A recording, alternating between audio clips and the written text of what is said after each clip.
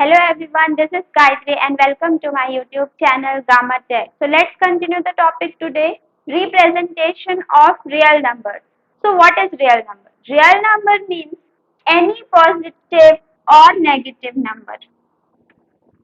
Any positive or Negative number that include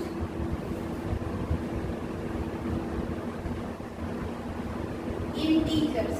Integers means whole number. For example, 43, 52. Okay. And rational number. Rational number means number in the form of fraction. For example, 5 by 7, 2 by 3. Okay. And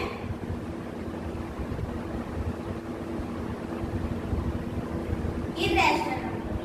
Irrational number means after decimal point there is infinite digits can be there. 3, 4, like this. Okay. So real number means any positive or negative number that includes integers, rational and irrational number. In computer system there are two major approaches to store real number. And what are those approaches? Two approaches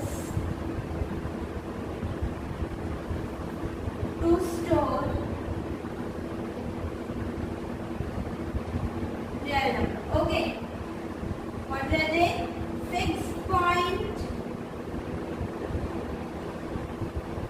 representation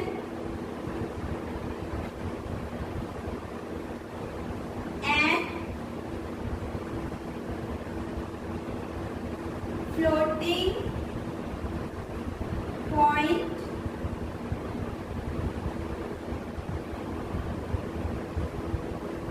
representation. Okay, so what do you mean by fixed point representation? Fixed point representation means after decimal there is fixed number of digits. And what do you mean by floating point? Floating point means there can be a varied number of digits after decimal part. Clear? So let's start fixed point representation. So fixed point representation, fixed number of bits for integer part and fractional part. So in the computer system how we can store fixed point representation? So mainly there are three parts. Okay, three parts of fixed point. For unsigned fixed point. Unsigned fixed point means positive number. Clear? There will be two parts. First part will be for integer and this will be for fraction. And in the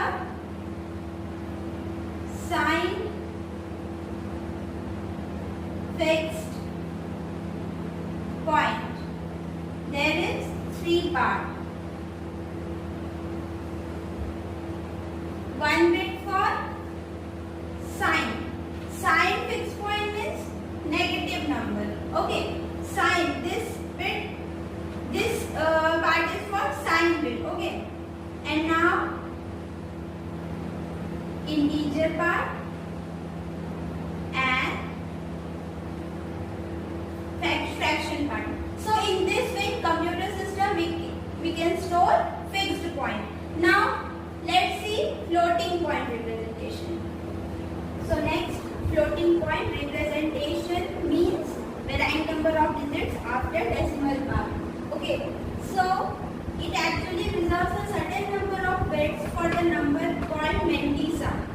Reserved number of bits for Mendisa or significant, and a certain number of say where within that number the decimal part sits, called exponent.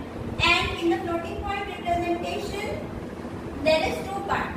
First part represents a signed fixed point called mantissa, and the second part means position of decimal called exponent. So this is diagram for floating point representation. This reserves for signed bit, exponent and mantissa. Now in the next video we will discuss some questions related to fixed point representation and floating point representation. Thank you.